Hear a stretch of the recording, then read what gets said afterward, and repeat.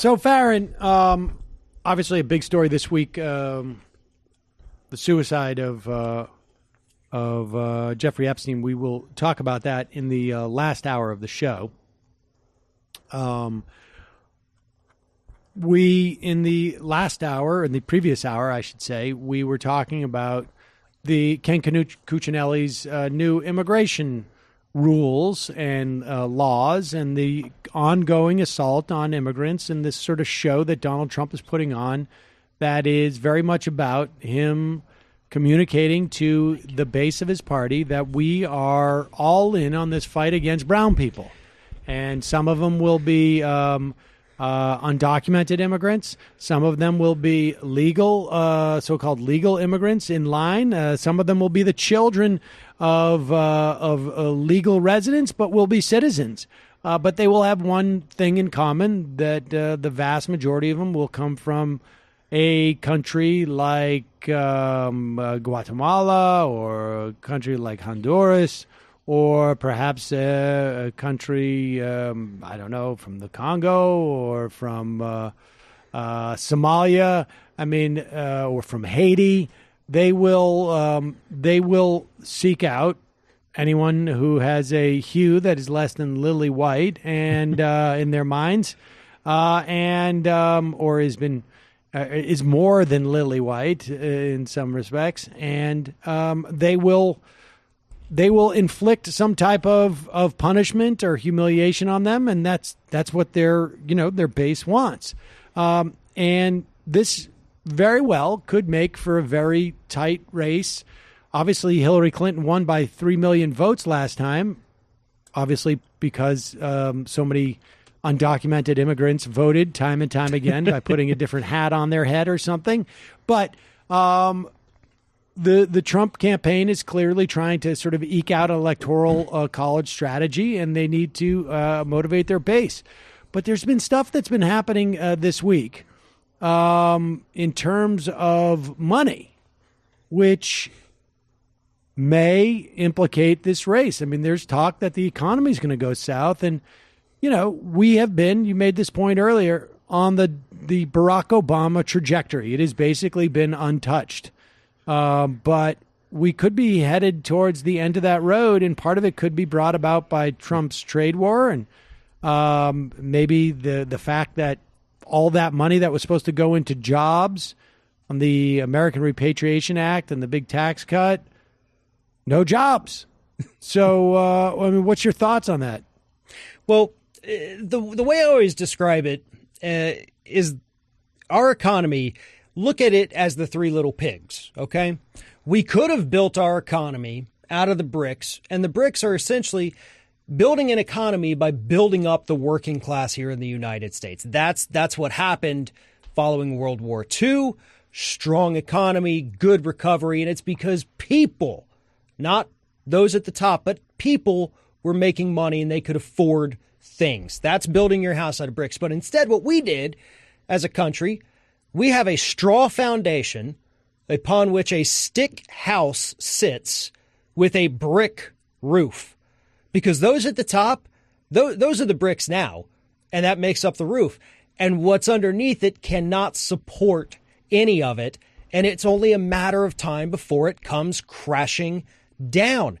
And the slightest little thing, because, again, we've got the straw foundation, maybe it's a trade war, maybe it's a little bit of a hiring freeze, which we're also beginning to see now. Reports out this week saying that companies are actually pulling job postings off the internet because now they're not sure that they want to hire people because of the trade war. Right. It could be something as simple as they're not expanding their companies, which is also happening. We were promised it would after the tax cuts. That never materialized because it wasn't ever going to materialize.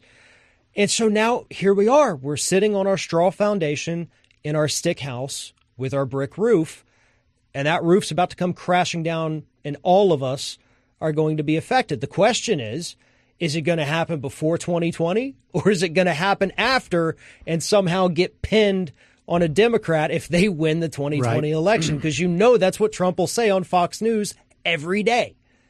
Yeah, no, I share your concern. I mean, we're, we're starting to see what happens when you have a total incompetent at the helm of a country the size and with the influence that America has. I mean, it's got to be like a huge, I don't know, driving a huge airport, aircraft carrier, right? Like there's so many different things that are going on. It's so huge that you can't make a dramatic move that'll sink the thing in the first 5 minutes, even if you have no idea what you're doing, right? Even if you're just sort of drifting there. But over time, more and differing crises rear their heads. More decisions need to be made, and you start making a series of wrong ones, or you're holding back, and so we're seeing, I think, problems with the world's economy. And you're seeing it being exacerbated by the sort of so-called trade war that Donald Trump is having. But there's also a lot of instability around the world right now. We have problems in Brazil. We have massive problems in Kashmir between Iran and Pakistan. We have problems in Hong Kong.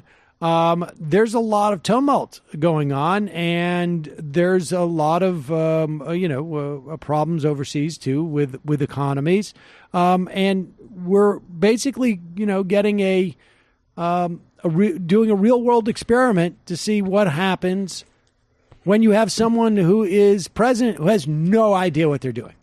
and add another layer of complication into these economic talks on the global scale. You got to factor in climate change.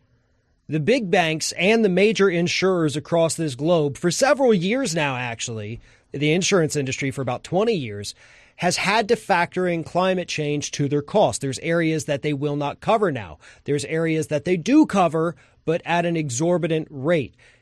You get a big catastrophe comes along, a hurricane, a flood, a wildfire, whatever it is, that is tons and tons of money lost, not just for the company, for the economies. And so when these things start happening globally, and we have leaders that do not take this issue seriously, that still tell us that it is a hoax, then that is also going to give banks another reason to be frightened, give investors a reason to be frightened.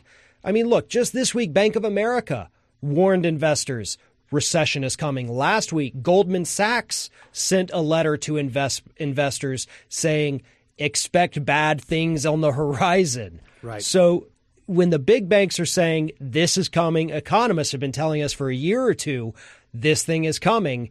And we saw so many signs this week. All the indicators are flashing bright red. And those at the top seem to be ignoring them. And by those, I mean Donald Trump. He, as you said, he's driving the aircraft carrier. He's gotten rid of anybody who knew what they were doing.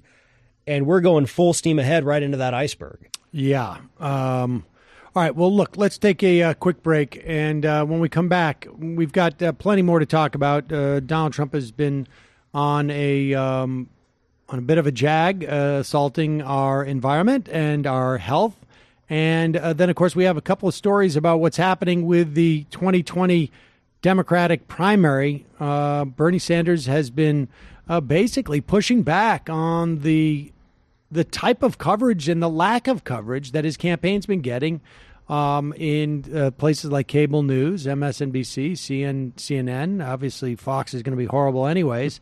But also some news for some of the people who I think you and I both agree would be much more helpful not running for president and maybe running for a different position. We're going to take a quick break. I'll be right back. Sam Seder, Ring of Fire Radio, talking to the great Farron Cousins.